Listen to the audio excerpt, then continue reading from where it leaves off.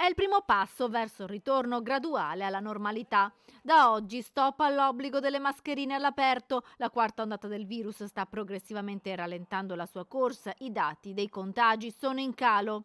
Tra i padovani serpeggia cauto entusiasmo, la gioia di tornare a scoprire il volto e il Covid che ancora fa paura.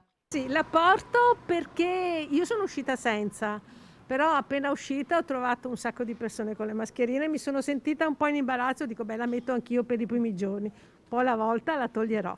Forse Ho messo adesso anche il rossetto sotto ma non lo vede nessuno.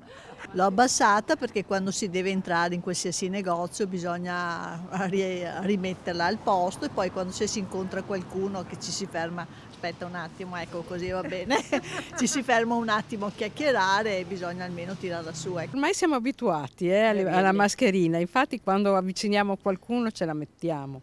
vi sentite sicuri adesso di toglierla? Sì, molto sì. Abbastanza, insomma, speriamo. Dopo la terza dose direi di sì. Tutti e tre. Tranquilli siamo comunque adesso, niente di particolare alla fine, era anche ora penso. Dopo essersi abituati ad indossare la mascherina, ora in molti stanno cercando di abituarsi nuovamente ad abbassarla, ma tanti scelgono ancora di indossarla in via precauzionale. Ah sì, ormai è un'abitudine anche perché ripara dall'aria fredda la gola, va bene, insomma, è più l'abitudine però. Oggi si può stare senza, voi però la portate. Certo, Sentite più sicuri con la Sì, mascherina? stiamo più tranquilli. siamo più tranquilli. No, io l'ho tolta anche quando era obbligatoria. È più insofferente. Sì, penso che ci voglia un po' di buonsenso. Decisamente con la terza dose basta, dai, vogliamo uscire, ecco.